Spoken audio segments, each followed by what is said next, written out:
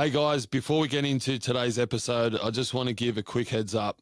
This conversation includes some heavy and sensitive topics, things like mental health, trauma, and other experiences that might be triggering for some people. If that's you, please take care of yourself. Reach out to someone you trust or contact a local support service. These conversations are real and raw, but they're shared to bring hope, healing, and understanding. Well, babe, welcome to the Rise Above podcast. We thought today would be good to get you back on just to talk, all things marriage, our relationship, a bit about your upbringing as well.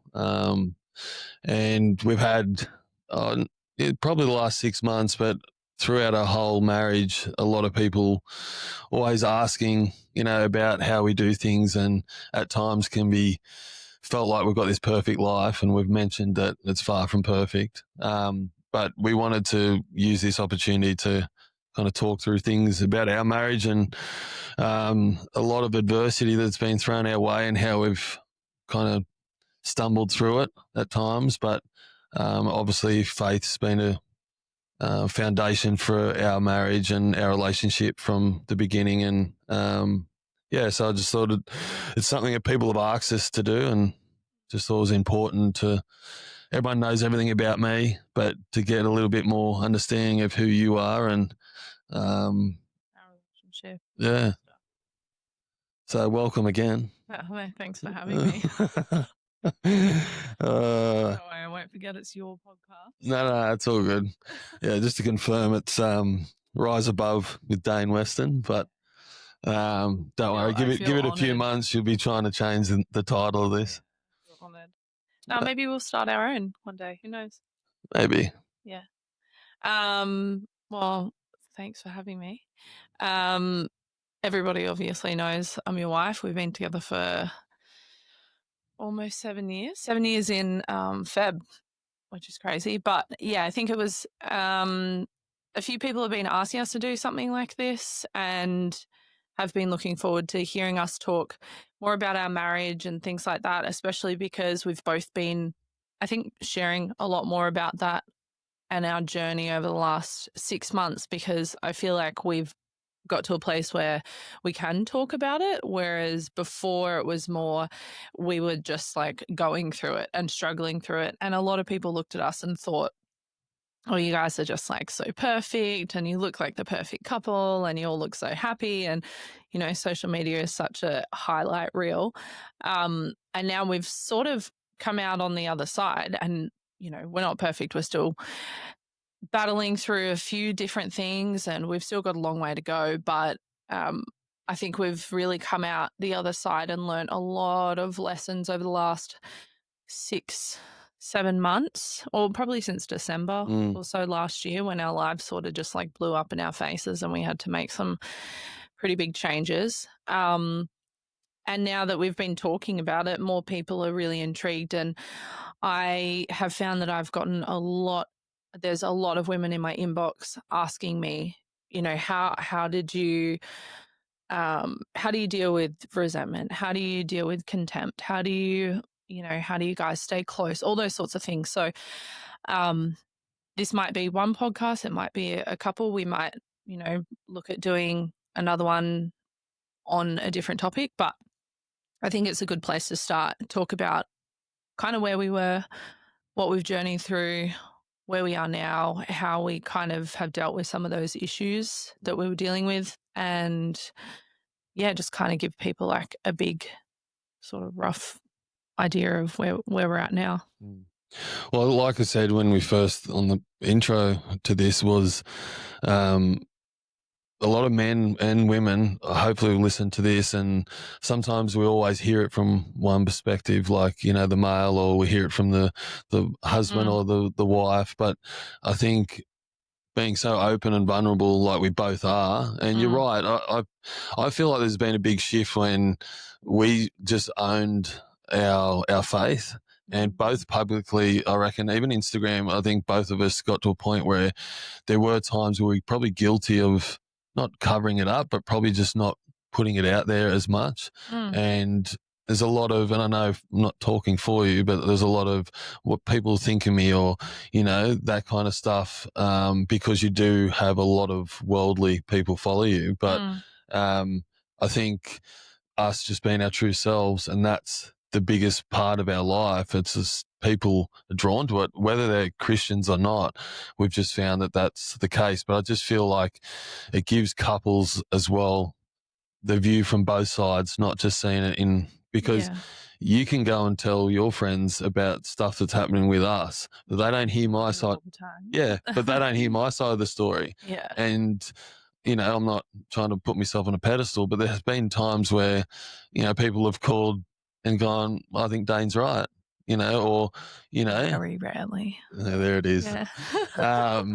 But, and it's happened for me too, but our good friends call that out, because often we'll lead to a lot of people and reach out to people that will, tell us that we're right, and that, she's the issue, and, she needs to fix this, and da-da-da. And we're not getting better through that. We're just hanging around people that tell us what we want to hear. But sometimes what we want to hear is not what we need to hear. Yeah.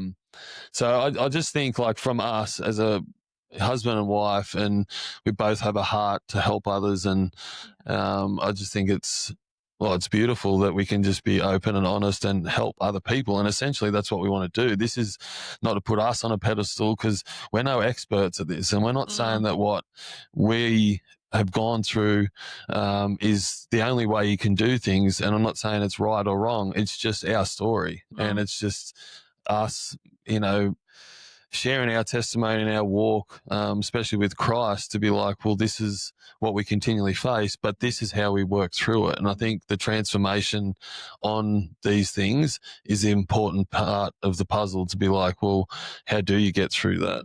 And I didn't talk about our marriage or anything like that publicly for a long time, because I thought no one's going to be able to relate. Like, no one will share the same story, and no one knows what we're going through. We were, blended family, married after 1 year, so many different things that I was like, I can't talk about this because no one's going to relate. And now the more that I am talking about it, the more that I'm realizing, like, people need to hear what we're journeying through and what we have struggled through, because so many other people are going through the same thing. But let's, like, rewind to, I guess, when we first met, because then we can sort of go into, like, our stories and things like that. So Dane and I met almost 7 years ago now. Both obviously single. We were out. We met through friends. It was actually kind of weird how we met, because we both knew all the same people. We were out living our single parent lives, and we knew all the same people. We were out at the same places, and we never bumped into each other. I didn't even know who you were, which I think maybe you had an opinion about. Maybe you're a bit like, I can't believe she didn't know who I was. I never thought that. But we met out, and we had a mutual friend introduce us, and was kind of like, oh, I can't believe you guys don't know each other. You're a single mom, you're a single dad. You guys should, get together and talk or whatever. And we you contacted me a couple of days later after we'd met out, and you were like, oh, I'd love to, like, take you out and blah, blah, blah. And, like, long story short, we started hanging out, and it was just very easy, and it was very sort of natural. And I was in a place at the time where I was not really looking for anything. I had just started going back to church, singing in the worship team. I was really pursuing my relationship with God at the time, because I was incredibly lost, incredibly broken. A couple months prior, probably 6 months prior, and had been through some really awful relationships, had been through some, I was just really lost. So I started going on this journey, and, as they say, it's always when you least expect it, when you're working on yourself and all that sort of thing. And then we started hanging out, and I just remember like trying to pray you out of my life. I remember, and it's like something you laugh about, but I was so serious, because a couple months prior, I kept saying, like, I kept talking to God and being like, whatever you don't want for me, close those doors. No matter how painful it is, close those doors and open up the ones that are meant for me. And we met, and you were a footy player, and you were, you know, this hotshot guy that I was like, well, I'm not even going to lie, you weren't even really like my type or anything like that. It's not someone that, and when you, Let's not talk about your type, but yeah, keep going. And when you told me that you're a footy player, I was like, oh, that's not something that I ever really saw in my life, and definitely put me off a little bit. And I remember saying to my best friend, like, I don't know if this is for me. But we kept hanging out, and you just kept showing up, and you just kept being like such a gentleman. You were really like had these romantic gestures that I was not used to at all. And I tried to push you away quite a few times. And I was trying to pray you out of my life and being like, God, just close this door. Like, let's just be done with it. You know, we know that it's probably going to go nowhere. It's too good to be true. And you just like wouldn't leave like my life. So I was like, maybe, you know, maybe this is for me. And we started, you know, I was going to church at the time, and I remember sending you a message and being like, look, I'm not ready for, why are you laughing? Because I know what you're about to say. You said something like, I'm really not ready for a relationship. I'm really focusing on, you know, my relationship with God at the moment. I think you're a really great guy. Like, let's be friends, you know, and just, you know, could we just be friends? And you said, no chance. Well, I found the message the other day, and you were actually really kind, and you said, I really respect like your honesty. I really respect you being really like straightforward with me, but I'm not interested in being a friend. Like, I really like you, and I want to pursue something with you. And I was like, okay, maybe we'll just see how it goes. And fast forward, May, we met in February, and May, you were getting my ring made, right? Yep. So very, very fast. And we both just sort of knew, like, we had both been through relationships. We had both, you know, Dane had an ex-wife. We both had kids with exes. And we just knew straight away, even though we were definitely not ready to get married, we both knew that we were each other's person, and we were going to do whatever it took to make it work. And within 1 year, we were married to the day. Yep. Dana's a very like sentimental person. So by the way, he organized our whole wedding. I did nothing. I picked my wedding dress, and that was it. And he organized the whole thing. And he was like, it has to be on the 2nd of the 2nd, because that was the day that we met. Sounds like a great guy, this husband of yours. Yeah, sounds like it. And no, but on that too though, like I mean, I'd been married, you know, for so long, and we weren't like two young teenagers coming out of high school meeting each other. We'd had a lot of lived experience, and I know myself what I went through. I told myself I wouldn't do it again, and a lot of the pain that I went through my divorce, and I just thought that I'd get to a point, and all the relationships I had after my marriage were they. I mean, I don't want to rubbish them, but at the same time, there was never a connection where I felt, well, I could see this person being my wife, and, you know, being the stepmom to my children. Like, it was never something that even crossed my mind. And even though there was, you know, I had met some nice, you know, people, and that, you know, fixed a hole in a time of, you know, loneliness, I suppose. But the moment I met you, I was just like, yep, I'm in here. Like, and it was just completely different. And I've said that all along. I just knew from the get-go. And yeah, and like I said, pretty special. and I just knew. And then to get to know you, and then to know your story even more, and yeah, things obviously went really quick. And I remember obviously learning about your Portuguese background, and you'd never been there. So this is me planning how I was going to propose to her, how it was all going to work, and me setting my ways and having everything planned out. Like, early on, I knew how everything was going to happen. And you're right. Like I reached out to one of my friends and got in touch with Affinity Diamonds. Shout out to Affinity Diamonds. um, and they started the process, and I'm like, wow, it's only been a couple of months, but I just knew. And I knew that I booked the holiday, surprised you with that. And then it just, yeah, it all eventuated and, proposed in Let it go. Portugal. And I think that was really special time too for you because you'd never been to Portugal. Yeah, it was a very And healing time for me. yeah, well, you'd never met your dad's side of the family, Mm, which you can touch on in a minute, but yeah. which was a spin out for me because your uncle, your dad's brother, almost looked identical to him, and it's a strange one for me too because I mean, bring up the past, but my ex-wife, lost her dad to suicide at a young age, and so I never met him, and now my next wife, he's no longer with us at all, and I never get to meet him. And I've always found it an odd thing for me because I'm like, I've never met the father of my wife, and it is, yeah, it is a strange one, but for over there it was pretty emotional, like, and powerful at the same time to meet, you know lucky for Bruno that could speak a little bit of English, but everyone else pretty much couldn't. But yeah, it was nice. Yeah, yeah, it was a really special time because if you don't know, I lost my dad when I was 13 to cancer. So we grew up, like, lost him at a pretty pivotal time in my life. And had never been to Portugal, never met any of my family, and Dane decided that that was the way he was going to propose to me, which was really beautiful. And yeah, a really grand gesture, which was really awesome. But going back to what were you talking about? You're talking about him Yeah, making the how ring. how we got married and all that sort of stuff.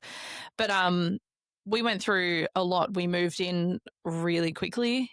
Like, we moved in together really quickly. We literally just introduced our kids really quickly. And everything moved really, really fast. And on the outside, it probably looked like, this fairy tale relationship, which for a little while it was. The first few months we were just besotted with each other and we were so in love. But behind closed doors, literally, we were fighting every single day. Back to my Portuguese background, I am quite a fiery person. And growing up, the only way that I knew to conflict or conflict resolution was fighting. My dad was, a little fiery Portuguese man, and my mum is Polish and Ukraine. So, like, with all of the European in me, there was a lot of yelling and fighting and hashing it out there and then. Whereas Dane came from a family where everything was sort of swept under the rug. So both of those sort of pasts and family stories came into play when we just had no idea how to conflict. And Dane and I we literally, we fought every day. And big blow ups too. I remember before we got married, the police got called to our house because we were fighting, and we were going off, and we were just literally two very broken people coming together. Even though we thought that we had done, like, so much work on ourselves, we both, it just highlighted so much in both of us. And then blending families at the same time was incredibly difficult. We were under a lot of stress, a lot of external stuff too. Like, both of our exes at the time, it was extremely difficult for both of us.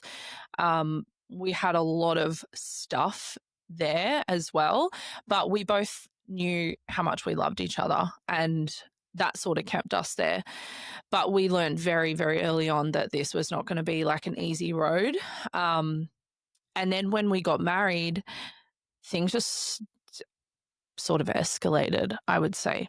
And mainly because, the enemy hates to see two people coming together and forming a union. And, you know, we were trying to put God first. I believe that we had the intentions of doing that, but we were both stuck in like our own stuff that we were just clashing. And I remember we did one premarital counseling with our pastor and his wife, and they get you to fill out like this little questionnaire sort of thing beforehand.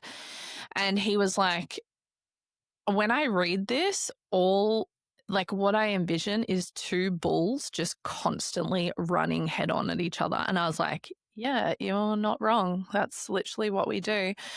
And over time, all this resentment just built up. And I was always blowing up, always, you know, not blowing it out of proportion, but always bringing it to light with no communication skills. Neither of us had communication skills. You are a very avoidant, like, attachment style. So you just seem to run away and avoid and stonewall. And I was anxious. So I was constantly coming at you, constantly trying to like fix things. And if it wasn't fixed then and there, it was just mean that, you know, we were going to get a divorce and I wanted to leave you and all those sorts of things. But yeah, we just learned very quickly that this was not going to be like an easy road. Well, it's definitely hard, and I've mentioned how tough it was for me to go from that learnt behaviour of just sweeping it to then pretty much going from 0 to 100, and then not knowing how to deal with you a lot of the time. And because of another learnt behaviour of people leaving me, I used to think, well, I never used to fight once like this in my last marriage. So I was like, we've met each other, and from the get-go, we're almost tearing each other's hair out, not physically, but like literally, like there's times where you're just like, what are we doing? Like, why are we doing this? And I think, like you said before about the enemy, like trying to confuse us, tell us lies, that God did bring us together. But throughout that time, the enemy was doing his best to try and confuse us both and tell us things that at times we believed. And I often did. And I think it's important too to recognize I got to a stage through my relationship with God where I could start to recognize when the enemy was talking to me, and when I knew that wasn't my own thoughts and that wasn't something. And you'd often say it, here he goes, the enemy's talking to him again.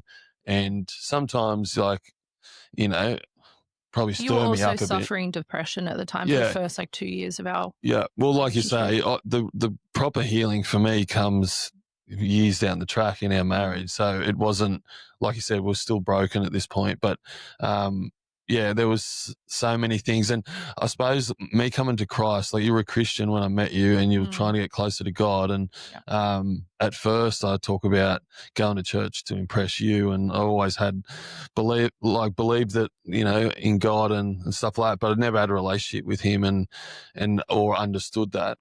And I didn't ask you to either. I think that's a big part, because I get a lot of women asking me, like, how do I get my husband and this and that? I said to you, this is what I am doing. I go to church. You can come if you would like. Obviously, I was praying that you would come, but you had your own encounter with God and you had your own experience with the Holy Spirit. And I believe that's the best thing that I did, was not push you. I come from a place where my relationship with Jesus, or just religion, I would say, was pushed on me, and I didn't want to do that to you. And then, you can explain your sort of Yeah, with well, that. yeah, and that I've said that in the past, even like with Locke, our pastor. I met with him for many times for coffee, and he wanted to get to know who I was and stuff, but no one ever said, oh, you should do this, or it was all about building relationship, and that's what the basis of my faith is with God now. But that's essentially what you were doing, what Locke was doing, and almost just providing a clear path for where I need to go without actually telling me, because naturally we get told to do something, and I'm looking at you when I say this, and your first reaction is, I'm not doing that. Don't tell me what to do. Is that right? Or? Yeah. Yeah. True. But naturally in humans, it's like, don't tell me what to do. I'll work it out myself. And so I was grateful for that opportunity to work it out myself. But I think as, my walk with God has been, it's a daily thing. It's not like a give your life to Christ and then everything just is sunshine and rainbows, because I made that decision, and our relationship before we were even married was so toxic at times. And there was times where we just like, what are we doing? How is this what God, um, wants to provide for us? And I, many times just like, nah. But eventually, once we were close and once we kind of started opening up and learning each other better, like trying to communicate a lot better, which is still something, it's another daily commitment. But I got used to you being the way you were as far as conflict goes, because actually there are times still now that I don't love it, but there's a solution. There's always an outcome quicker, so it doesn't sit there and drag on for days and weeks. But yeah, when we used to fight, it would be not just a daily fight, it would drag on for like a week. Like we would fight and you would literally stonewall me for a good 6-7 days. And I remember we tried so much therapy too. Well, not sorry, we saw a marriage counselor, we went to like a Christian marriage course. We were trying to do the things.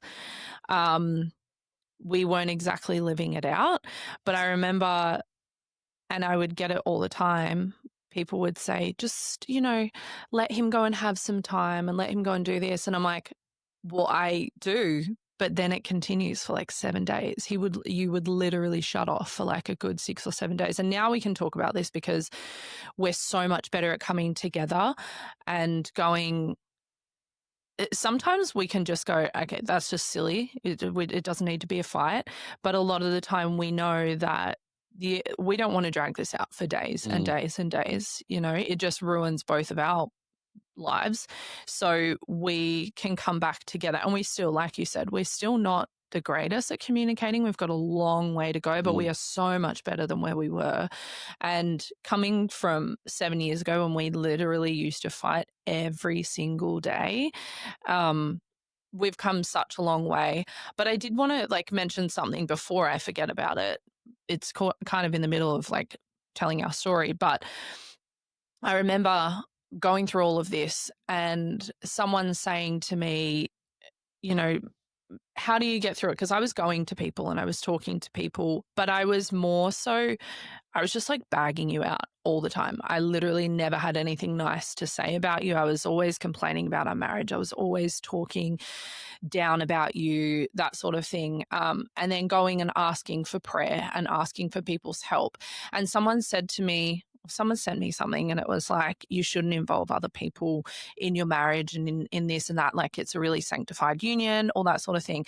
If I can give people one tip, number one, be wise about who you talk to about your marriage, but also you do need other people in your life that are going to lead you closer to God, but also lead you closer to each other and keep you accountable. Because I personally do not think that we would still be married if it wasn't for the people in our lives that I asked to pray for us, our pastors who were praying for us, our friends who were praying for us, the good friends that I could go to that actually kept me accountable and kept leading me back to you in a wise way, not just being like, oh, you've got to, because I got a lot of that as well. I got a lot of just keep praying and, just keep being the godly wife.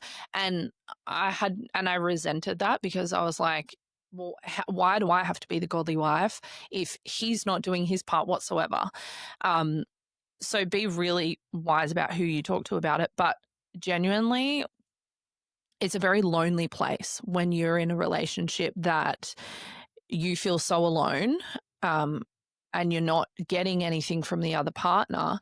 You do need people in your life to hold you there and to champion you and to keep you accountable and to pray for you. Like, even if you just have people praying for you, that is so powerful. So I thank all the people that were there for me in that season, because we wouldn't have got through it without those people, But anyway, back to like our our relationship. No, that's good. Like I said before, like it's easy to go to people that just want to tell you what you want to hear, or but you want friends that challenge you as well. Mhm. And I know even now, like I've always got a small circle of friends, but even now, like in my walk with faith, like starting to connect with other Christians and men that want to keep you accountable as well. Like that's super encouraging for me. And no disrespect to my mates who aren't Christian, because I've got great relationships with a lot of people. But I know it's easy to kind of just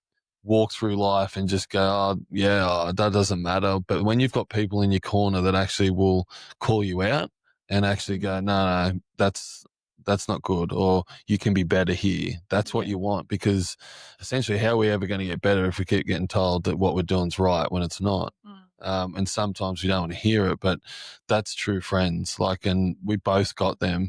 And I've said all along, I don't need a footy team full of mates. Mhm. As long as I've got a couple that I can call on, when Mm. that's what's important to me. And I've got God, so like, Yeah. um, but I did want to talk about, like, again, I know all this, but the other part of, I suppose, our marriage, but too, what I love about you is your heart for others. And it's no accident that, you want to help others. And that's something that I love doing and you love doing yourself. And um, we do it in so many different ways, but you've always had, that heart to want to help other people. And often you're always saying, you seem like there's a lot of broken people reach out to me on social media, or they're always trying to get in contact with me, and why me? And I've often say to you that, you're not like this prim and proper person.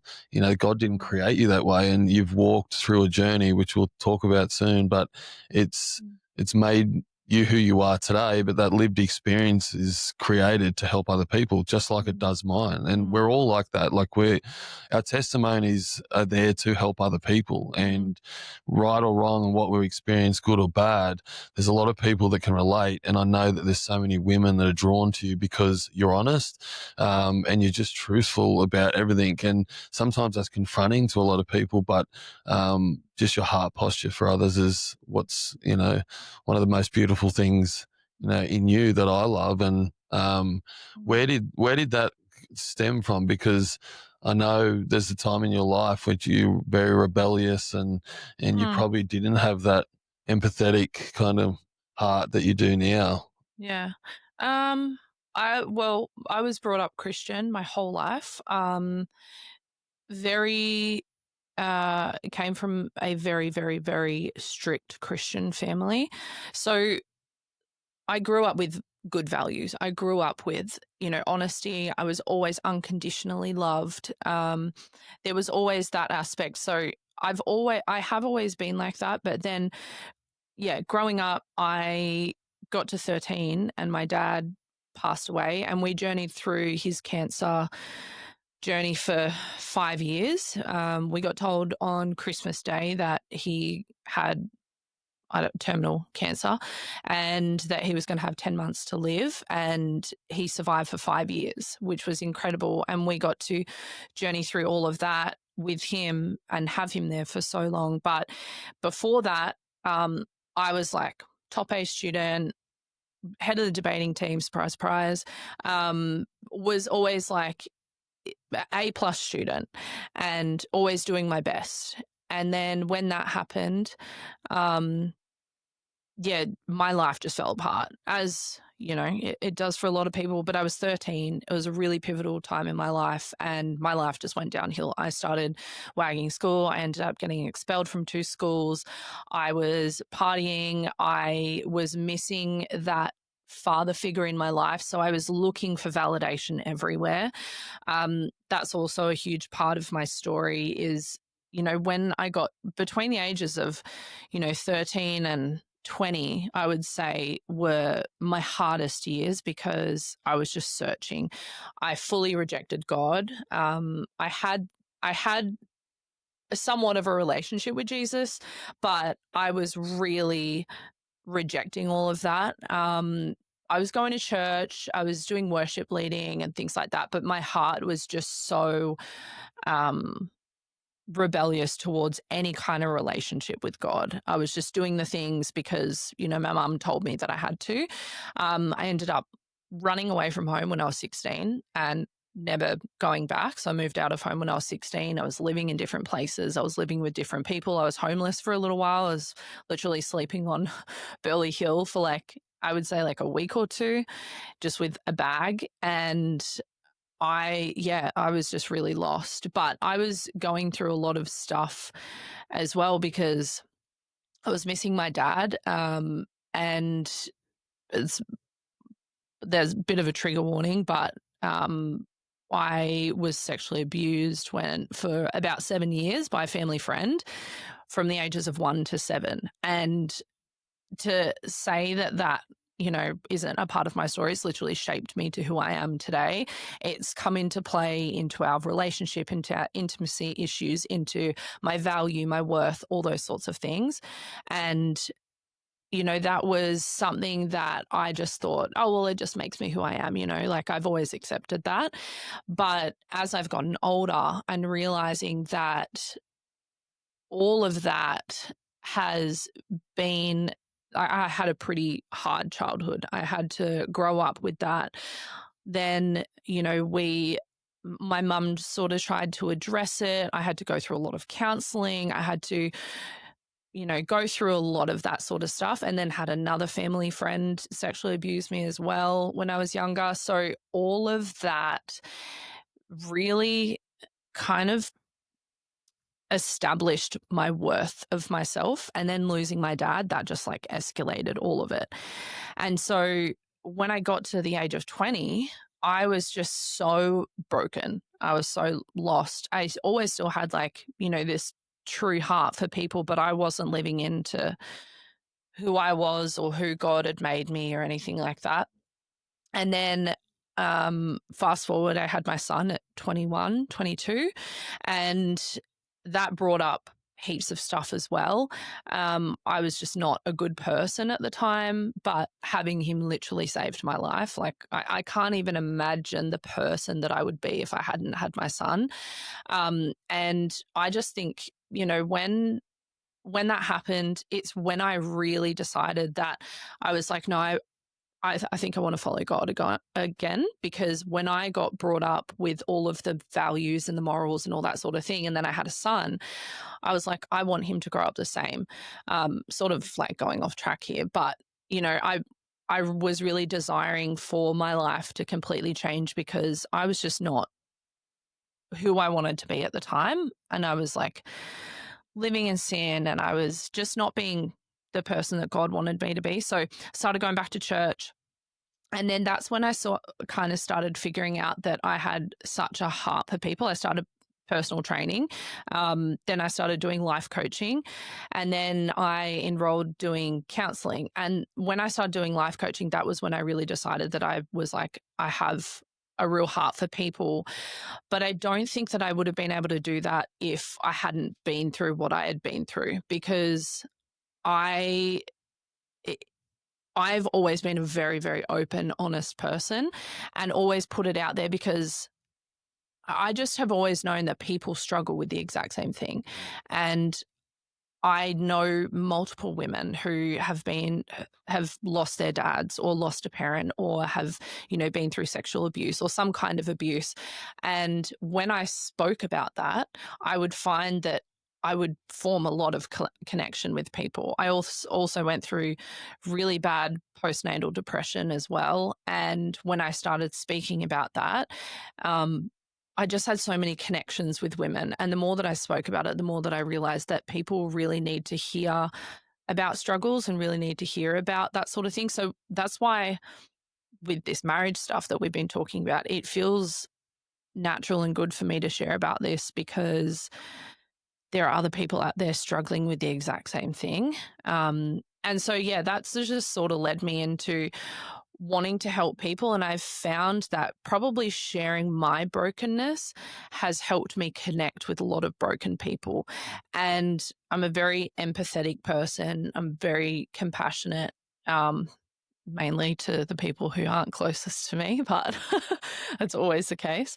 But I do have a heart for people. Like, I want to see people healed. I want to help people become, greater. That's where like my personal training and my life coaching and all that sort of thing came into play. I wanted to see people just be the best version of themselves. And I'd love, one day I'd love to study psychology, because that is like really, really close to my heart. That's something that I want to study. And sometimes you don't love that because I'm your patient a lot of the time. You are my patient. But yeah, and I really love that. So I think that's where, and I've always wanted to start a podcast or start some sort of platform that I can talk to people about that sort of thing, because I think that it's really needed. Because if we just keep thinking that everyone is the same as us and not broken and, don't have challenges, then we can't grow. And so, yeah, I think that's, and that's a big part of our story, all of that. I brought all of that into our relationship. And I was very like, when we met, I just thought, I'm fixed. I've taken care of all of that. I'd been to therapy. I had done years of therapy. I'd been to counseling. I had done all the things. And I thought, like, I'm fine. And then when we met, they say that marriage is pretty much a mirror. And we just, it highlighted everything that we tried to keep hidden, and it all just blew up in our faces. And it came to a point where we both had to address things. There was a lot of resentment in our marriage, and I thought that was all of your fault. Like, I thought, well, he's the one that's created all of this, so I've got nothing to work on. He's the one that has to change. And I realized that I was the one that I had to do a lot of work too. Firstly, thank you for sharing it. Obviously, it's a lot of that stuff is, I know you're comfortable sharing it, but it's still to put it out there. It's like, and tell pretty much the world that that's what happened to you. I think you don't take that lightly, because there are a lot of people who have suffered and are in silence for the rest of their life because they don't know how to talk about it. So I think it's important for people listening that have, endured that and have been sexually abused or anything that's caused so much horrific trauma in your life, that you're not alone. There are people to help you out there. There's a way through that. And I know it was something that when I found out about that, I wanted their details. I wanted to go find them, and yeah, it got me pretty upset to know that someone had treated you that way. When I told you that, I remember where we were, and I remember you getting really emotional and really upset about it. And that was very healing for me, because I was like, oh, someone cares. Because when I had properly found out about it, my dad wasn't around, and I didn't have anyone there to feel protective over me or anything. And then, you decided to make a decision about that. Do you want to tell people your journey of what that was, with like making the decision to stay abstinent? And oh, well, that was, well, you brought that to me, and we'll touch on more of your worth side of it. And because of that, and what got you to that position of thinking that that's why people were attracted to you, because of the way you looked, and you're so beautiful, and that's where your worth was. And up until I met you, that's where it still was. And I just, yeah, some of the relationships you had, and looking back on them, and we kind of joke about it now, but I kind of was like, what were you thinking? What was happening here? But early on, obviously, didn't have a relationship with God, but so we're still living in sin for both of us. And, we were intimate, no sex before marriage, part of a Christian way. We weren't living that life. But I got to a point where Locke was preaching one day, and he was talking about desires of our heart and things that, want to tempt us and lead us to want to control our life. Because for me, it was something that was a big part of my life, and it was something that, I mean, most men will talk to it, but at the same time, sex for me was something that obviously I enjoyed. But I think from an egotistical point of view, I think because I had it, I was like, well, it's almost, I wouldn't say it was an addiction, and we've spoke about this before, but it's just like, well, if it's there, it's there. And I never treated it from a faith point of view. It was just like, it's just an act, and it's something that fills me up, and I get great satisfaction out of it. And then that's it, because, but we learn that that's not what God, when we were always arguing about it, we were always arguing about our intimacy. And you were saying it's the most important thing in our marriage or in our relationship at the time. And I was going through, a lot of stuff within myself. And yeah, it was something that was a big issue in our lives. So. The difference was I found connection in that. So I found closeness to you when we were doing that. And so that was my, I suppose I felt reasoning. Reasoning too, but I felt like, when we were close, I felt you were attracted to me, and that's what you wanted. But that's only based off what I'd learned. And, obviously it comes from an ego point of view to, be with other people and whatnot. And we don't want to go down that path. But at the same time, it was a selfish thing that continued because I wanted this, or we didn't, it wasn't enough. Or anyway, I got to a point where I walked through my, walk with God, and Locke was preaching about this one day, and I had thought about it, but then the thought of, not having sex again until we were married after this day was something that I wrestled with for so long. But it was in this moment that Locke was preaching, and that day I actually, could we go for a walk? And you thought I was going to propose to you.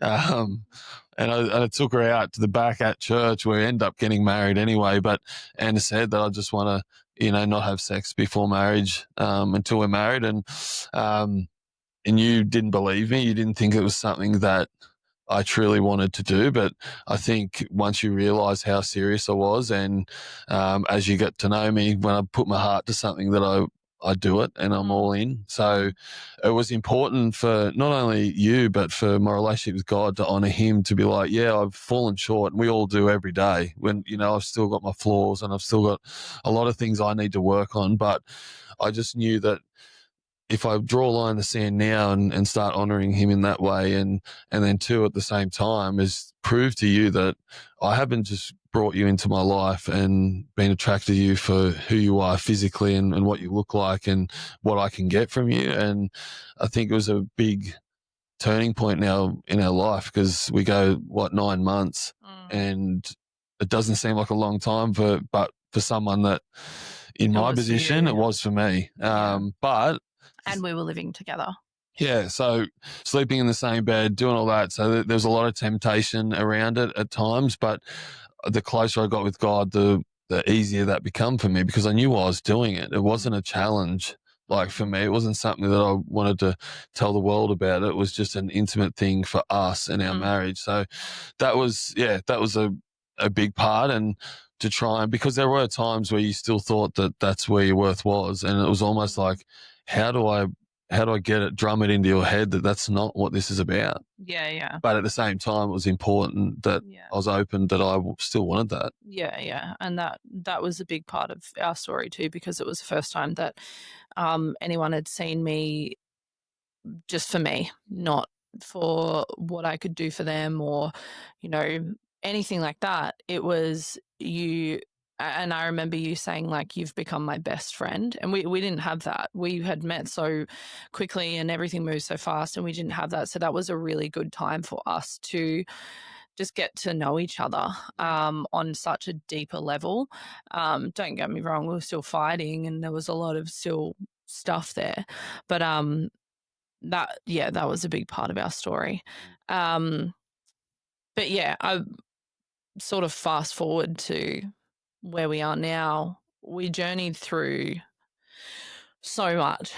There was trust issues there. There was, I always thought that being truthful to you was just telling it how it is. And I remember my mum saying to me one day, because I would say to her, we'd have these fights, and I'd say, yeah, but it's not like I'm lying. I'm telling the truth. I'm telling him how it is, and it would be really hurtful to you.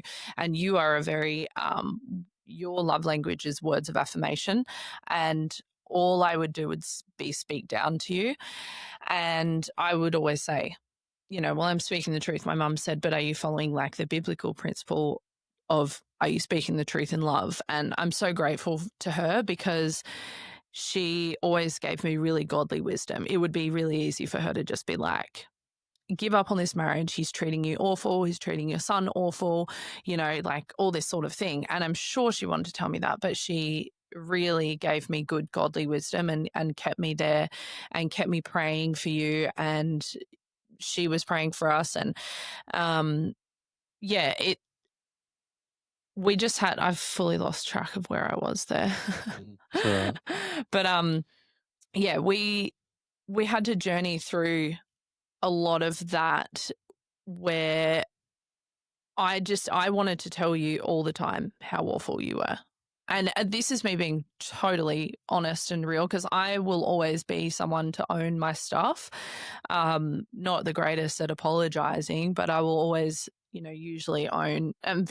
I would say I'm very self-aware, but I used to not speak the truth in love. And that led to a lot of contempt, a lot of resentment. And I don't know, maybe you can explain a little bit of how you were, because I don't want to sit here and bag you out and say all the things that you were doing in our marriage that was creating that division and that distance between us. But I think you're more aware of how you were now, and you've had such a heart change in the last 6 months. And we'll go into that of what actually made that catalyst for change. But to paint a picture of what you were sort of like over the last 6 years. We mentioned it in the intro episode as well, of that time in December. But I was a very selfish person, and can be at times still to this day. So set my ways, and it's sometimes everyone's living in my world, and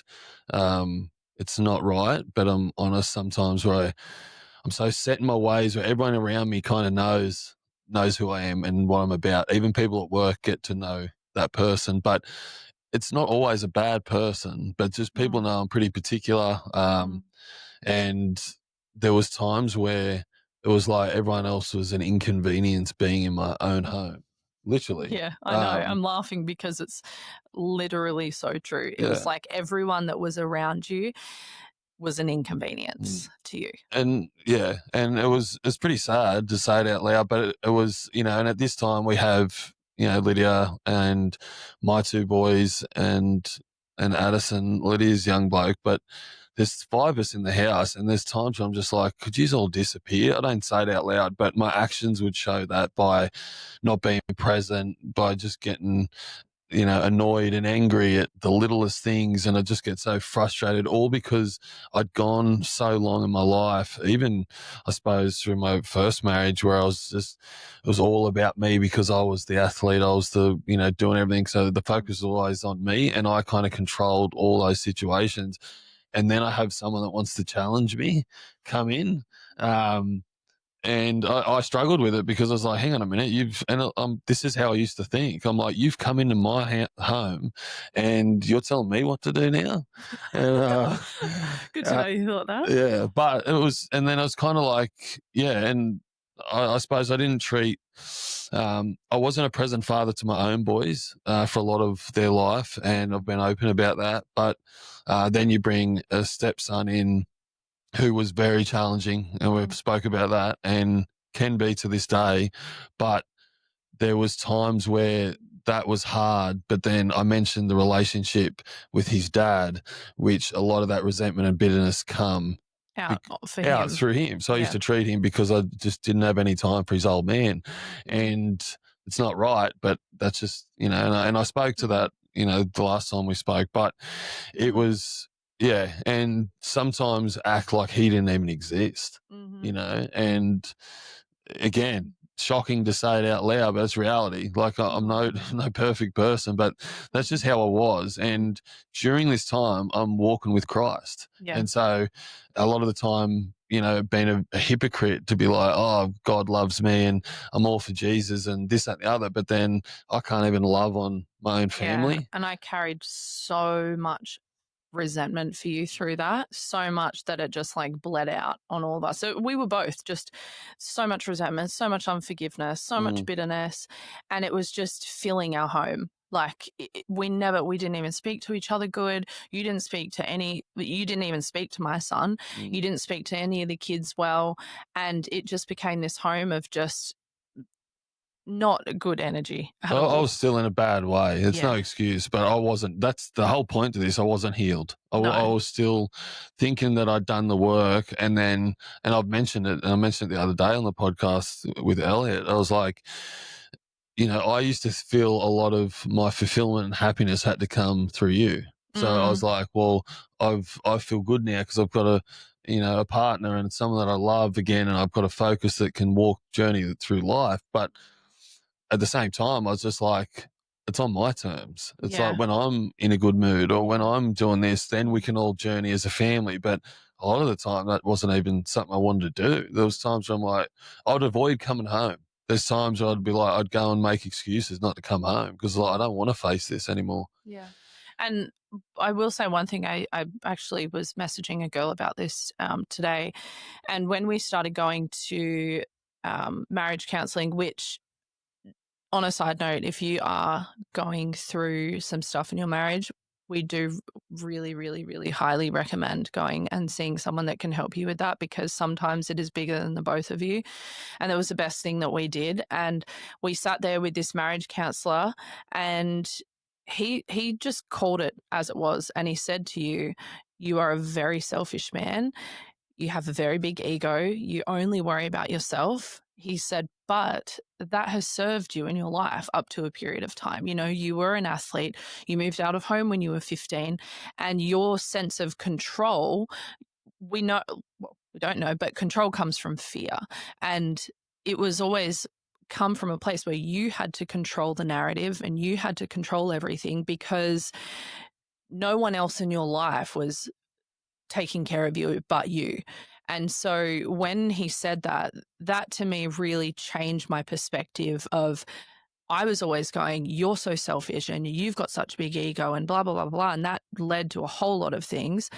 But it helped me understand that you were actually just a broken man, a broken boy, just trying to figure life out and do things the way that you had always known. And our counselor said to us, that's fine for who you were, but it's number one, the reason why your first marriage broke up. Do you want it to be the reason that your second marriage is going to blow up?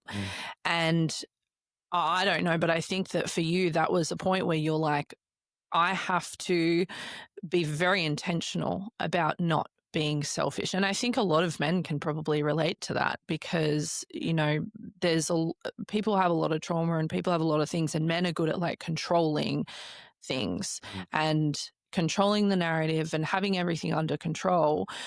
But really that can lead to a lot of selfishness. And when you get married, it took you 6 years to really figure that out, to realize that your default was to only worry about yourself, and your default was to always worry, I have to be comfortable. I have to, I want everyone else around me to pander to my needs. And it was leading to our relationship, suffering.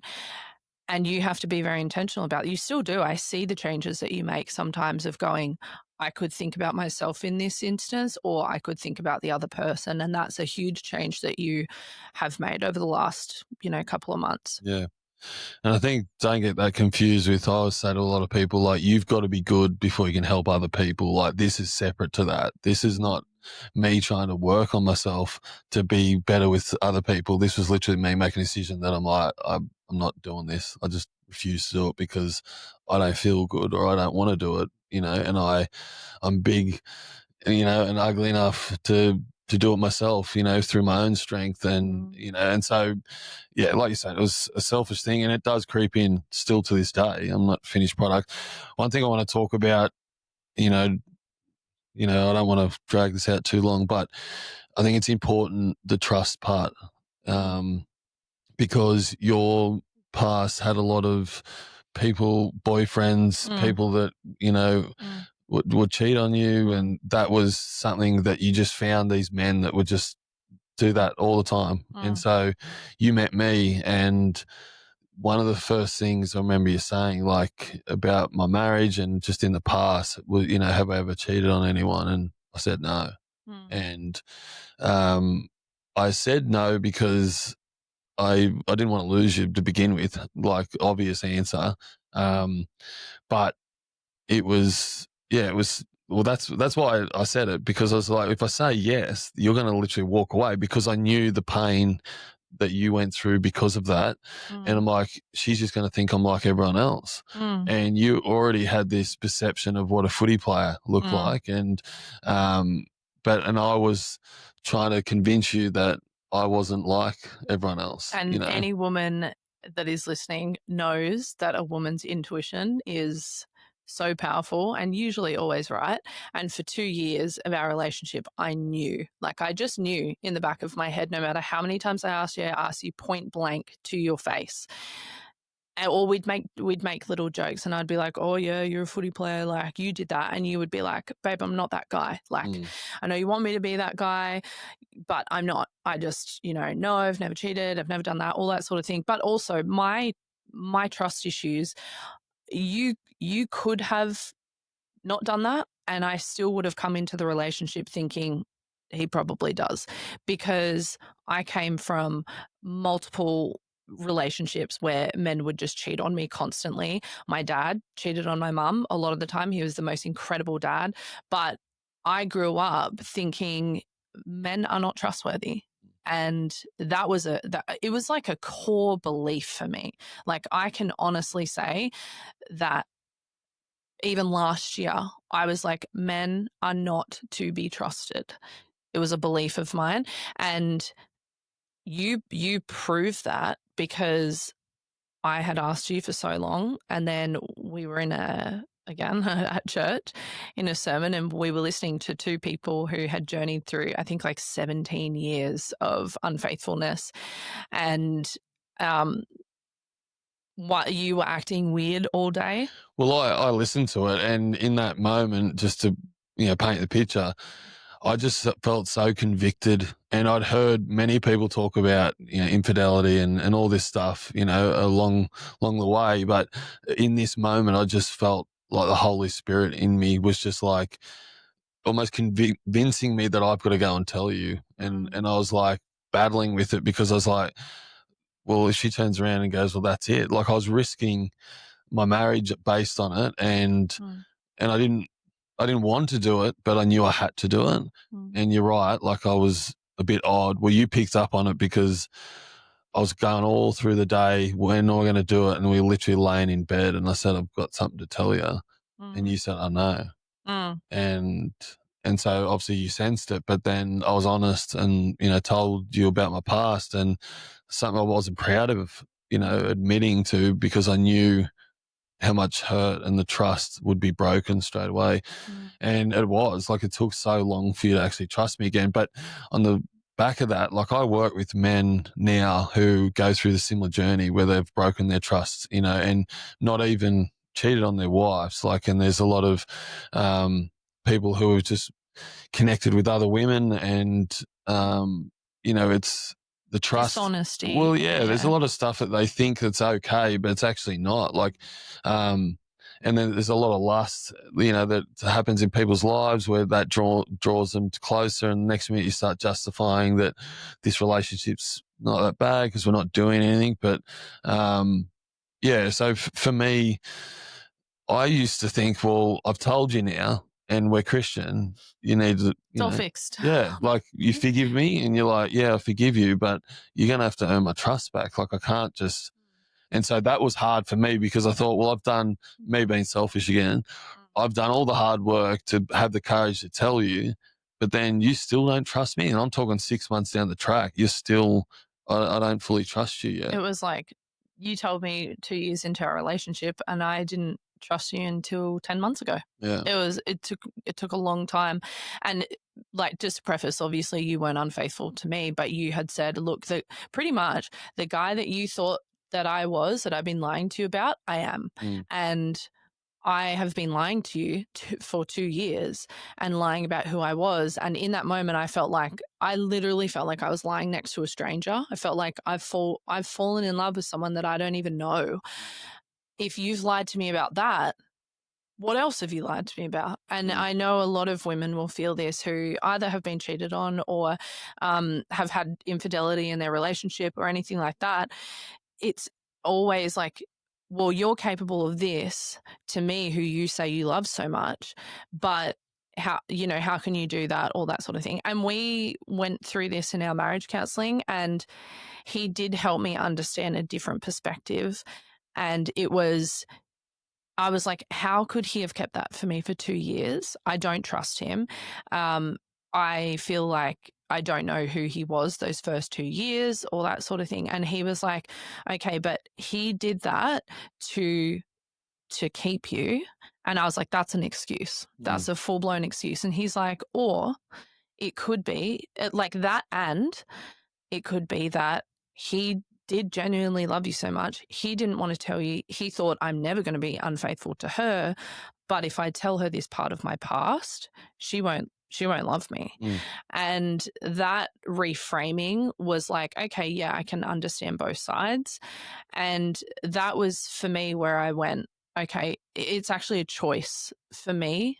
And I know hearing these words, it's hard to just hear it, but it was a choice for me to go, he's shown me all these actions that he is going to change. I need to now believe him. And when he stuffs up, or when, you might tell me a white lie and I find out that it's not true or whatever, give you the grace that God gives us to go, okay, but I'm still believing that you are trying. I'm still believing that you are going to be trustworthy.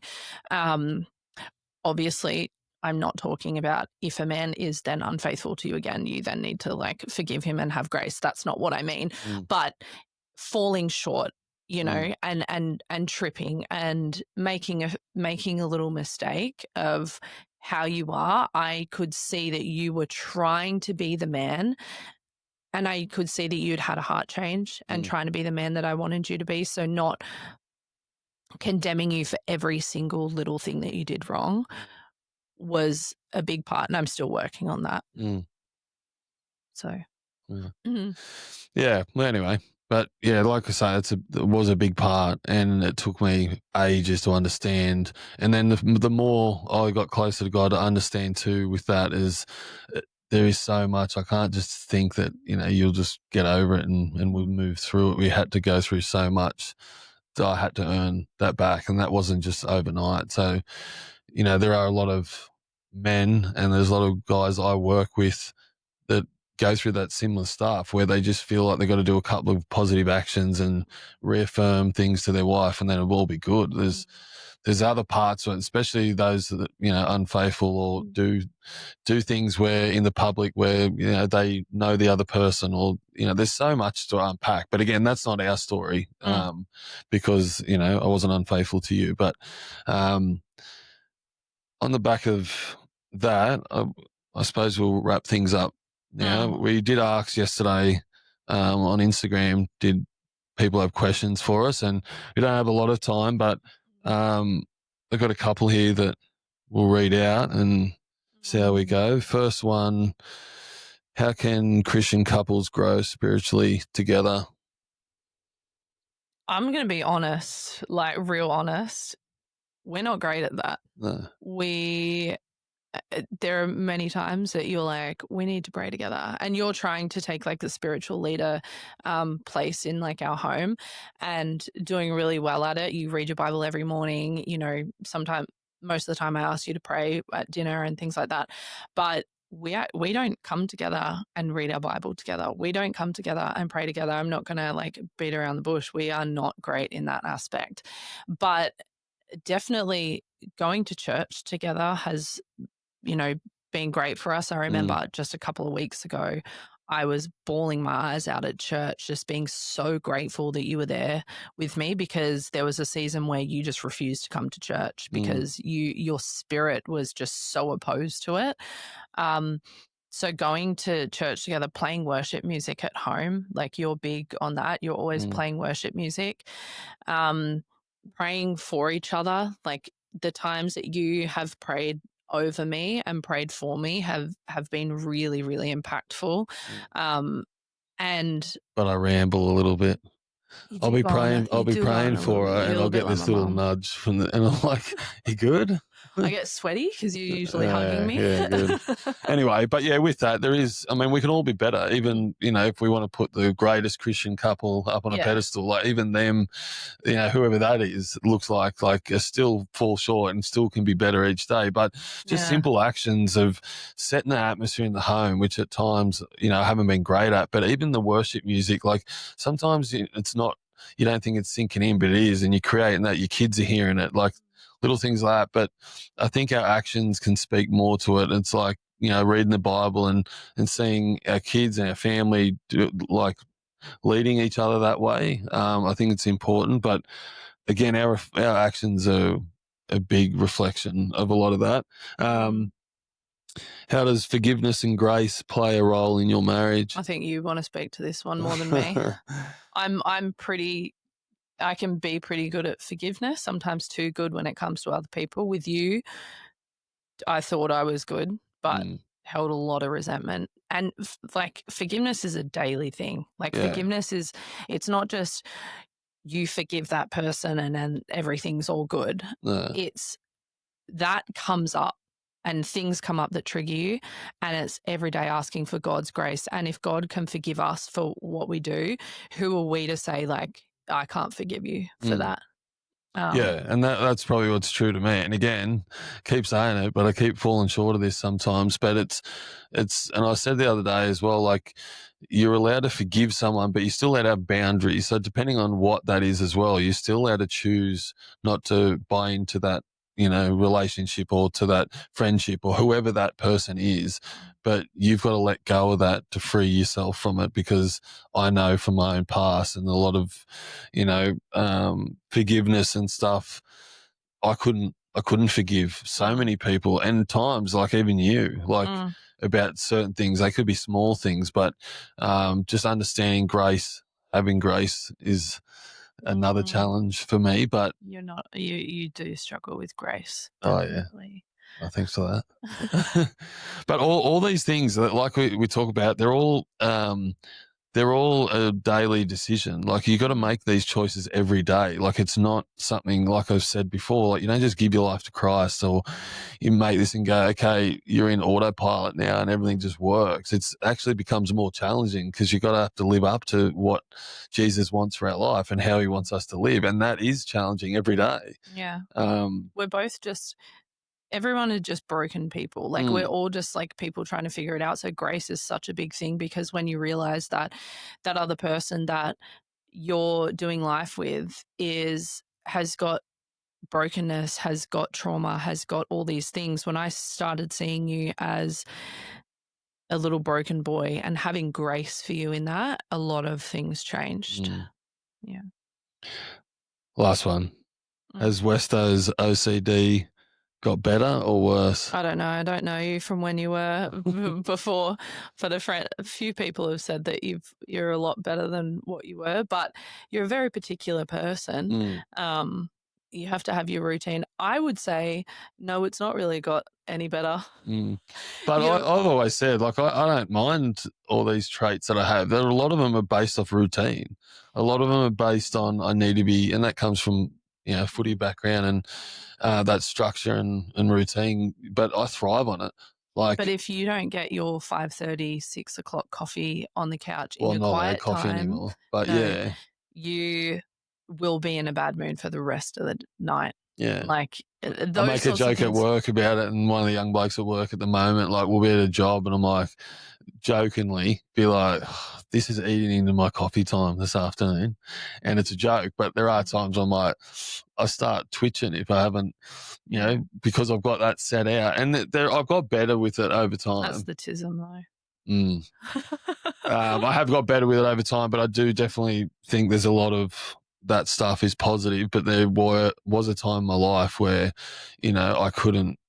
Yeah, it would throw me into a bad mood, and it still happens. But Yeah. anyway, Yeah. we'll finish it up there. We But could just talk forever, yeah, really. I've got to go home as well. Yeah. We'll be talking all the rest of the day. Yeah. No, but honestly, again, thank you for being so open, honest. Again, we will do this again, I'm sure. But I just think there's a lot of women out there and men like have gone through what you have gone through, and like I said before, like sit in silence with it because they're so ashamed of that part of their life, and it's probably held them back from a lot of things that they probably could have pursued because they're worried about someone knowing or that. And I think it's important for them to know that, like I said, they're not alone, but to reach out to someone and go and, talk to someone about that. And you probably speak more to it. But I think this whole podcast and the whole design of what I want to do is to have these conversations where people know that they can get through, and hence rise above, any circumstance that they're going through, that, when we're all broken and we've all gone through different things in our life, it's important to acknowledge it and to know there's a way through it. And that takes a lot of work, and it takes a lot of time to, go through those things, because if we don't, then we'll stay where we are. So, Yeah, and it affects more in your life than you think that it does. If you've got some things that you feel are hidden or that you need help with, if you need mental health help, if you've got trauma, we really encourage you to go and seek help for that, and talk to a professional about it, because it does, regardless of what you think, it bleeds into your relationships, into your life, into your worth, into all those things, and you want to be set free of that. So with help, and usually with God, that can be fixed. Amen. Praise the Lord. Okay, thanks, babe. Thanks, babe. Bye. Thanks for tuning in to the Rise Above podcast. I appreciate you taking the time to listen and be part of these real conversations. A big thank you to Active Coolangatta for proudly sponsoring this podcast. Your support means a lot. You can catch every episode on Apple Podcasts, Spotify, and YouTube. Make sure you like and subscribe, and I'll see you next time.